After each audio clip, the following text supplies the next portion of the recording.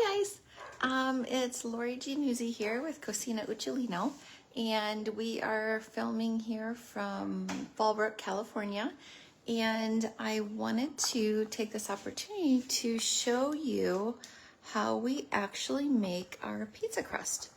So we are going to go ahead and get started. We are doing a number of free live videos that will help students of all ages understand how to actually make certain dishes. Last couple weeks ago, we filmed from Arizona, from Mesa, Arizona, and we made a chicken stir fry with lots of vegetables, and we were visiting my friends Ken and Michelle. And today I'm just in my home kitchen, and we are going to be doing that. So the first thing we're going to be doing the pizza dough, which I love to make pizza dough. So the first thing you do is you want to make sure that you wash your hands and that your space is clean and ready to go. I have a couple things going on here, so it's clean, but it's a little bit cluttered, but that's okay. So what I've done in advance is I have made a dough yesterday, and I let that sit overnight and ferment overnight in the it's called cold proofing, where you put it after it goes through the first hour and a half of proofing. Then you do your folds, and then you put it in the refrigerator for 24, 48, 72 hours until you need it. So we'll get to that. We'll actually use that dough today, but we are going to be starting with I'll show you how we do this in our regular kitchen. So we have 500 grams of 00 flour, which is like a lighter flour, has a different level of protein in it. This makes a lighter crust, so we're gonna go ahead and try that out. I haven't used this before, but we're gonna see how that turns out, and then we're gonna put together our toppings and things like that. So here we go. We are going to put all this together in a mixer, because that way it's a lot easier on us. Let's see here, I'm gonna go ahead and tilt that back. And if you have one of these at home, it's actually so much easier. Get yourself a dough hook and a KitchenAid, and that will make it so much easier to work with. Okay, so in this dish here, we want to take, if you're going to be making your dough today, you want to use warm water with the yeast. But if you're going to be doing the cold ferment, you can use room temperature or cold water or whatever to make your dough. So I am going to be just using room temperature water. And we want to use about 1.5 cups of room temperature water. Hold on one second.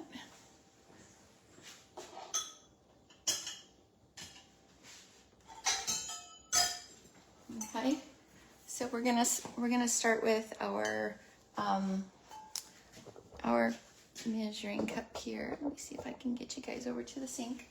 And I'm just using reverse osmosis filtered water because our water is very hard here in San Diego. And oops, let's see here. I just do this to myself. You want to do 1.5 cups. So there's a cup and a half. And we'll go ahead and get that water in there. 1.5 cups of water. Maybe a little more, because that was a little less than 1.5 cups. Okay, so we'll go ahead and get that over here.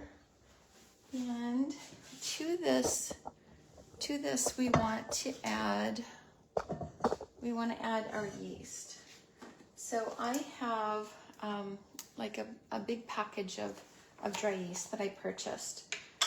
It's easier than those little packets, and I just keep it in the freezer, and then that way it actually will stay fresh longer. And you want to add an equivalent to a package of dry active yeast is 2.5 teaspoons or 2.25 teaspoons.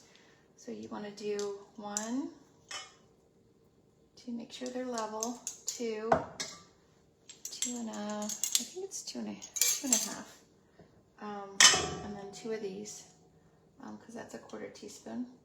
Okay, and that's it. And so we want to, with this, we want to stir it.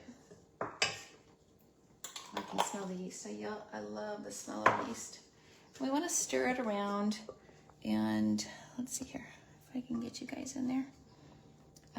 You want to just stir it around, kind of activate the yeast a little bit. It's not going to activate as quickly and get all foamy because the water is not warm. You don't want to use hot water because it'll kill the yeast. So you want to use a certain temperature, kind of like what you would use for a baby bath. And, you know, so you can test it on the back of your hand or on your wrist, kind of like you would a baby bottle. That way it's not too hot for the yeast. And to this, we want to feed it, because it's probably hungry, we want to feed it a little bit of sugar. So we will go over here, and I have, it's always on the top shelf. I have a little bit of sugar, and this is optional. You don't have to add sugar to your yeast in order for it to be activated. But because I went ahead and I wasn't 100% sure how hungry my yeast was in the freezer, I just added a half a teaspoon, I think, of sugar. Okay, so you don't have to add too much. You don't want to add honey because from what I understand, the honey, if it's a raw honey, it'll actually kill, because it's an antibacterial, it'll actually kill the yeast. So we don't want to do that. Okay, so we want to stir this around, make it nice and happy. And I know that this recipe works because after about a couple of hours last night, after I made the initial dough, I came downstairs to check it out before I put it in the refrigerator, and it had doubled in size. So it actually is a very good recipe. So we'll see how it turns out. You know, with the actual pizza today. Okay, so there's that. Now we're gonna take this mixture here. We don't want to add our salt yet to this mixture, because the salt might interfere with the level of production for the yeast. So we just want to put the flour in, and then we'll add the salt to the flour. And then that way it's not directly into the yeast. Okay, so this is like a super easy recipe. Okay, so for the salt, we wanted to add 1.5 teaspoons of salt. So not too much salt, but just enough to give it some flavor. So that's 1.5 teaspoons of salt. So I got a little bit of pepper in my salt. So, but it doesn't matter. Teaspoon, and then half a teaspoon. I can refill this. Okay, 1.5 teaspoons. There we go. And I'll refill that. And let's see, and that's it. And you just kind of want to stir it around, you know, while we're adding it in. Okay, so what we're going to do is we are going to hook up our KitchenAid mixer, our lovely KitchenAid. Find it, and then make sure that it is in there nice and sturdy. We want to put our little dough hook in there, and we want to lock it. Okay, lock it in the pocket. And we want to turn that on a low speed. You know, so it's just kind of spinning around like that. Okay, and then we want to add our flour. And so I want to spoon it in very carefully on a low speed. just want to spoon it in. So basically we just have yeast and water, and then we're adding our flour, which is roughly about 4 cups of flour, 500 grams. Okay. So we are adding this slowly into our mixture. So, there we go. 500 grams of flour. I loved measuring the flour out with our scale, and I think it was so much easier than doing it with a measuring cup, to be honest, where you put the bowl that you're going to be using on the scale, and then you zero it out, and then you add flour until it says 500 grams. It was so easy. I didn't have to worry about leveling it off, but I can always show you guys how to level it off too if you want to know how to do that. But you basically just put it in a measuring cup, and then you level it off with the back of a butter knife. Very simple. Okay, so once we get all of our flour in there, then we can turn up our speed. So right now it's at 1 on stir. So you turn it up a little bit higher, and you can kind of see it going around and around. And eventually, what that's going to do is it's going to start to pull away from the sides. And see how that pulls away from the sides? And you just want to let that go for about 2 minutes or so. And then you can even speed it up just a little bit. There we go. So a couple minutes.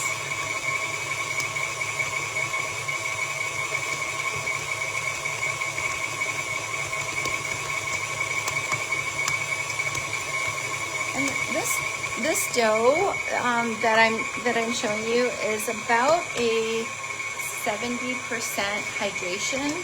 And the difference between a high hydration, which they consider that a high hydration dough, the difference is that the crust is going to supposedly be crispier, and because I did an overnight cold ferment for 24 hours at least, the dough should be crispy and have some bubbles in it and things like that. So the thing that you want to do is before you actually use it, you want to pull it out of the refrigerator about 2 hours before we're ready to use it. So I already did that.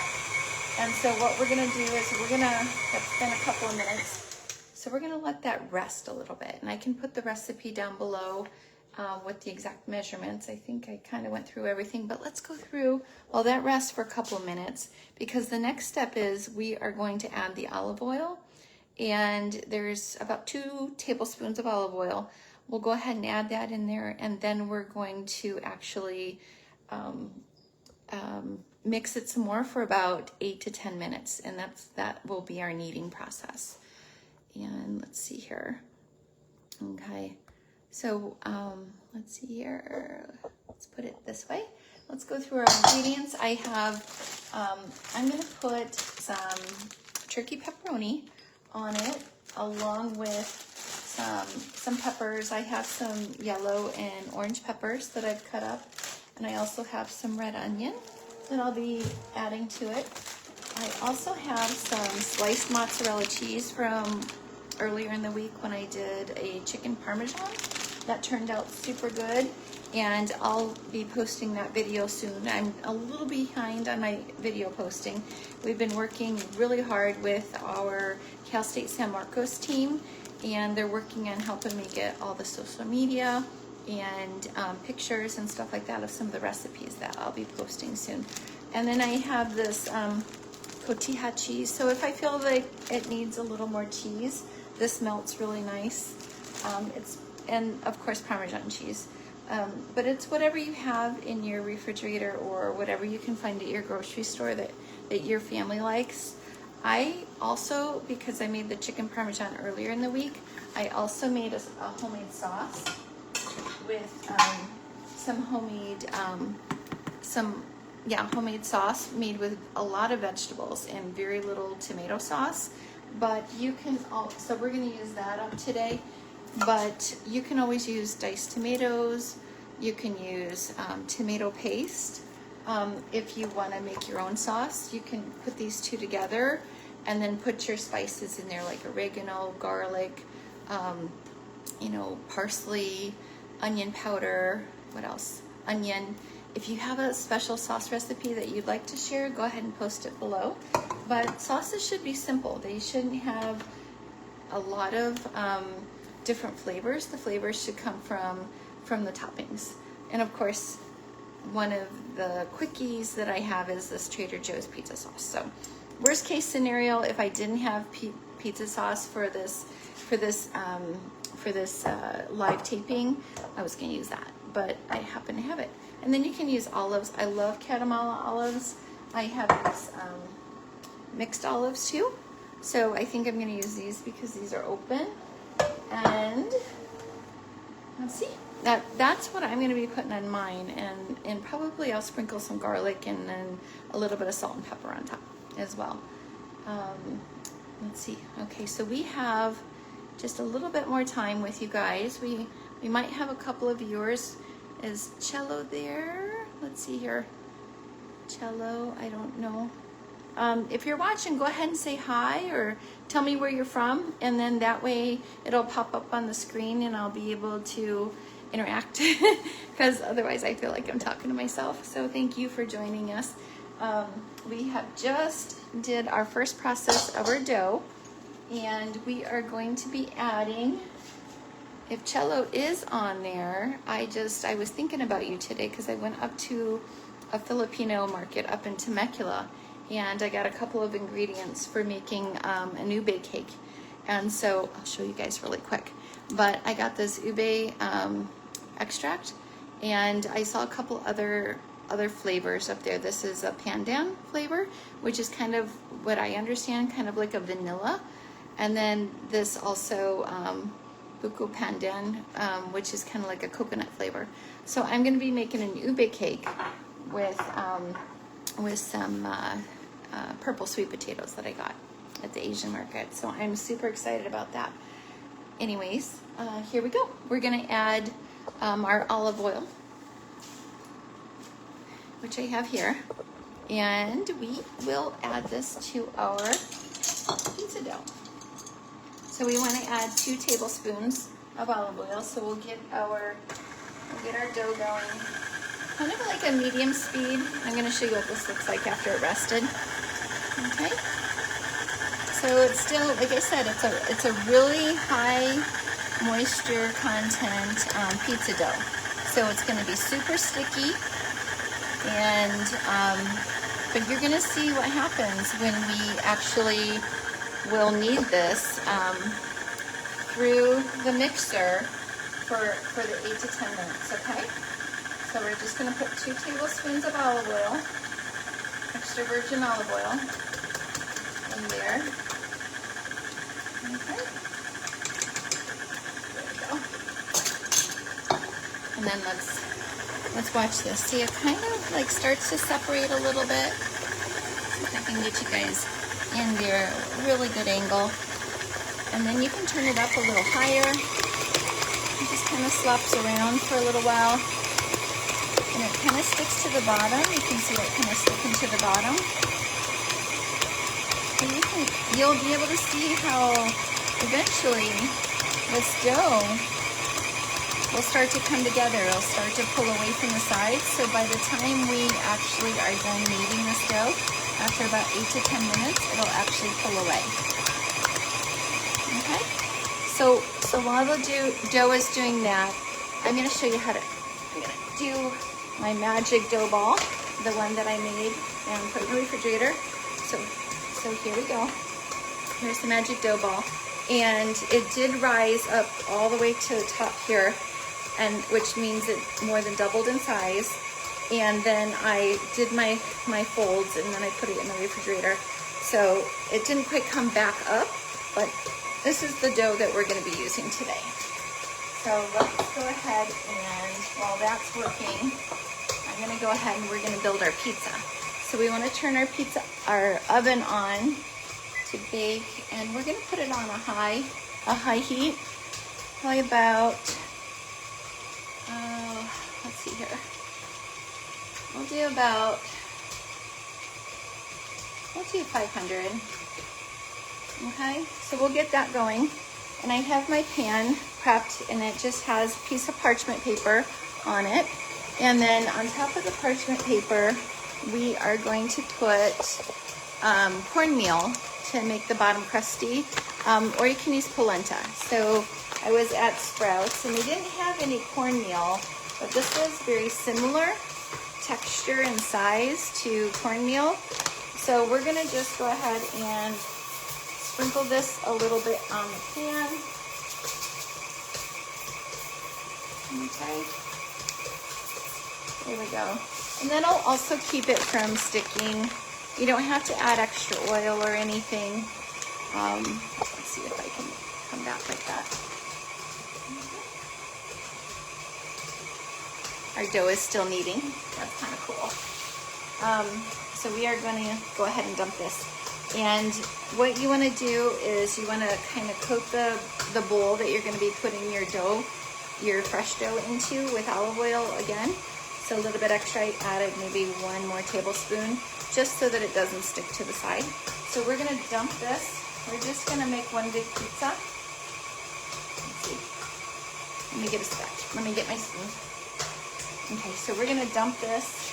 I'll do it this way so you can see.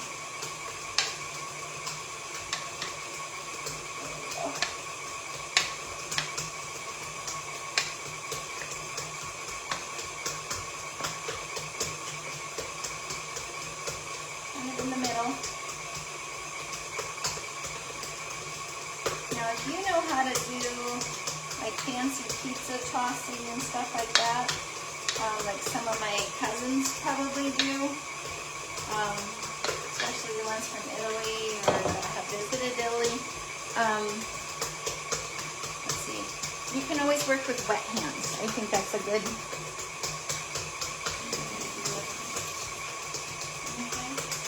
If you work with wet hands, then the dough won't stick to your hands.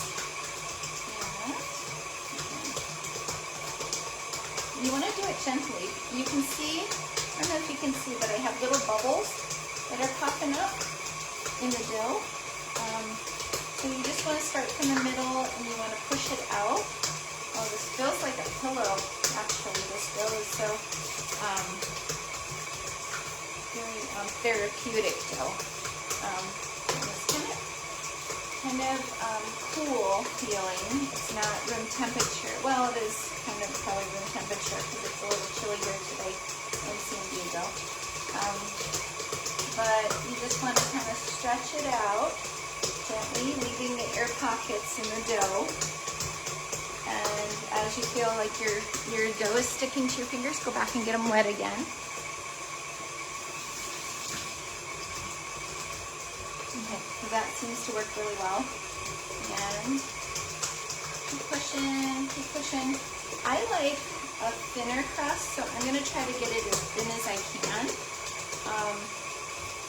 Some people might like a thicker crust, maybe on the outside, which might be really nice, a really nice thick crust. Maybe we'll do it. We'll kind of do in between. It looks like it's not going to be super thin, but it's not going to be super thick either. And then if you wanted to, you could take some of those mozzarella cheese sticks, that like string cheese, and you can actually put them along the edge, maybe pull them in half, and then that way you can have cheese crust. You could do that with mozzarella, or you could do it with, they have all different flavors. They have cheddar, or Monterey Jack cheese sticks. So you can actually do that for super easy, or if you have a favorite cheese, you can slice it and then just kind of fold it over and bury it in your crust. Oh, this is kind of a big pizza. Wow. There we go.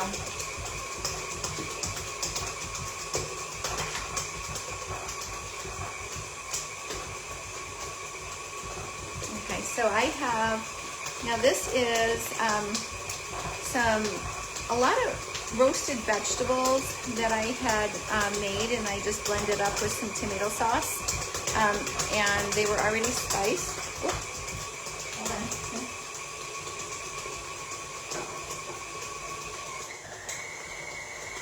Keep an eye on your dough. I don't know how much, I don't think 8 minutes is long, but my mixer was kind of hopping towards the front of the countertop, so I'm going to keep an eye on that. So we want to take our sauce. You know, of course, you can use whatever sauce you want. I'm using my roasted vegetable tomato sauce that I had made, just to use it up. And we'll be doing like a pasta. Now I'm afraid that thing's going to fly off the counter, but it doesn't seem to be moving anymore. So it just got extra happy. It was skipping around. And I also turned it down a little bit, just so that I can focus on this. Okay. So we are going to, like I said, this is mostly vegetables. So that way you can, like if you have picky kids at home, or people that don't like their vegetables, I can always post my recipe or the process that I use to just roast the vegetables, and then I just blended them in the blender. I mean, that's why it's very thick, but there's plenty here to do another recipe. Okay.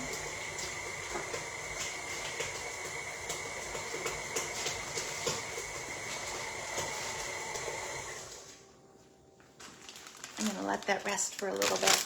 Okay, and then we have, I'm going to put our turkey pepperoni down first, just because my daughter loves turkey pepperoni. She's going to be coming home today from her mission trip. And we'll go ahead and do that. I do have ground beef in the refrigerator, but I didn't fry any up. You know, but it's whatever you want. You can add ground beef to it. You can add sausage, Italian sausage. You can add whatever meat. You could do meatballs. Like if you have those frozen meatballs from either Trader Joe's or Costco, you can do frozen meatballs. They don't have to be homemade. If you happen to make them homemade, just pop them in the freezer. That way they're ready to go whenever you are, just to make it easy for your family. And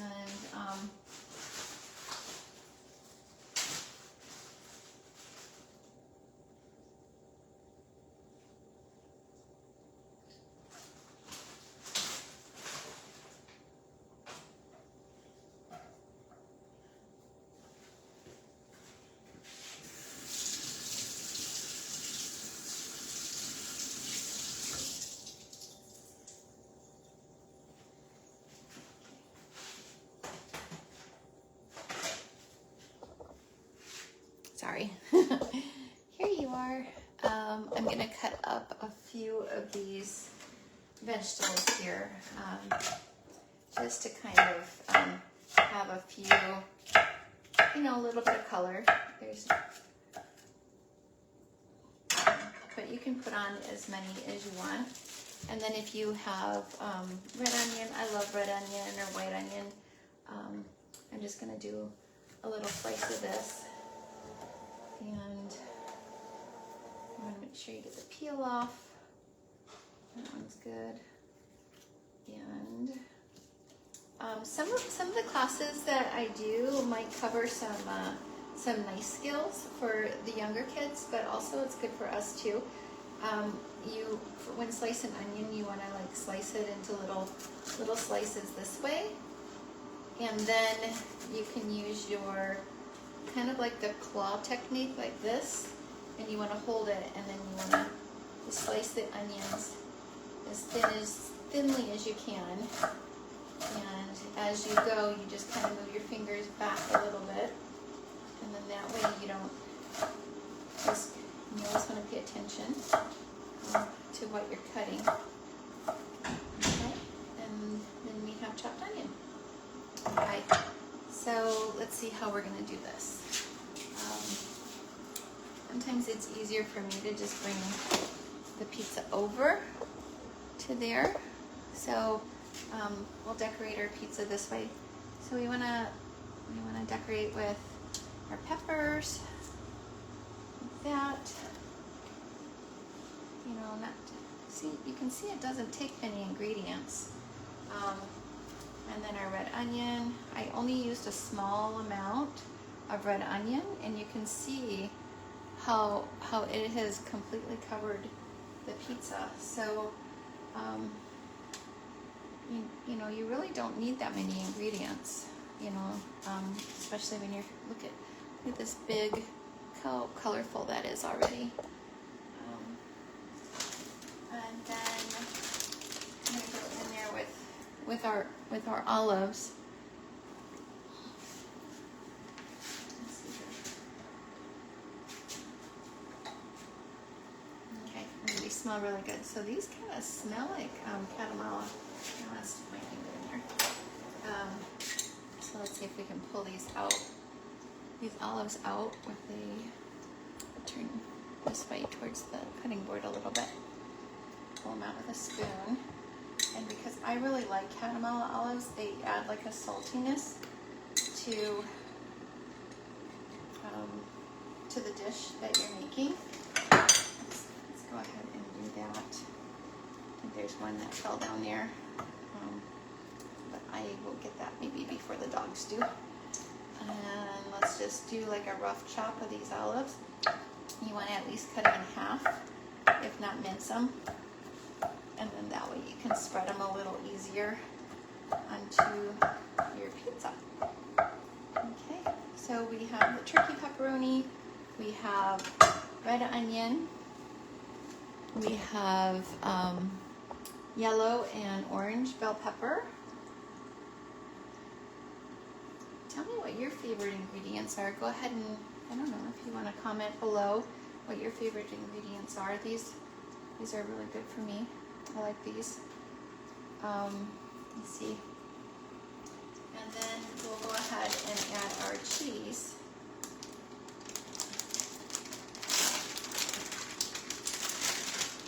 Fingers are wet, so it's a little slippery. So we just have 1, 2, 3, 4, 5, 6 slices of cheese.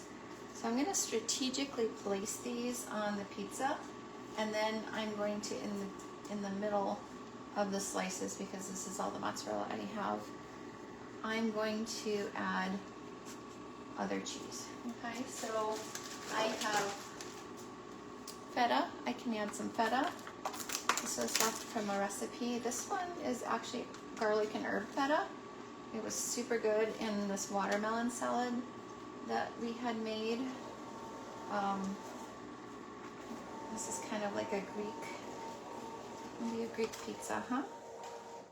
There we go. I'm gonna use that up. There's feta. And then we're gonna go to another nation, Mexico. So we go from Greece to Mexico to Italy. You know, that's how I cook. This cheese is, there's our oven, it's 500 degrees. This is really cool because you just break off like a chunk of it and then it crumbles. Kind of like the feta cheese. But this one melts really nice. This one is a Mexican cheese, and it's really good on Mexican dishes. So like tacos, enchiladas, you know, but we're using it on our pizza because we have it, and it's cheese. That's how you know, when you cook, you just cook with what you have. Don't stress about what you don't have. I know sometimes we just, as moms or family, you know, that are cooking for our families, we just want to feed them something nutritious. So this has a lot of nutrients in it. It has lots of vegetables from the sauce. Like I said, it's just roasted vegetables. Sprinkle some pepper on there. Oh, that looks good. Let me get some oregano.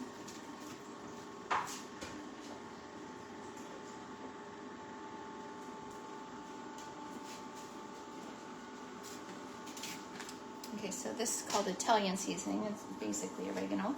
And then I do have some basil, some dried basil in there, which is always really good too. So just oregano on there, and see if I can find the basil quickly. Absolutely. Oh my gosh, I love this fresh basil smell. Or actually, it's dried basil, but I love the smell of basil. And that's really good in sauce too. Okay, so there we go. I think we got everything, all of our ingredients. So let's turn you around this way, and we are going to put this in the oven. And then what I'm gonna do for time's sake is I will go ahead and look at that.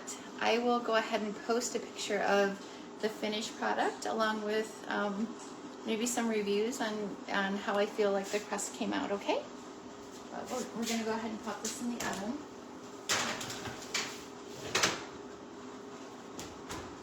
500 degrees, and it should only take like 10 minutes. But let's check on our dough over here. So we're gonna take our dough. This is our second batch of dough, and I'm just gonna put it in the bowl and put it in the refrigerator and let it proof, cold proof, and then it'll be ready for another day, you know, anytime this week. Thank you for joining us, and take care. God bless.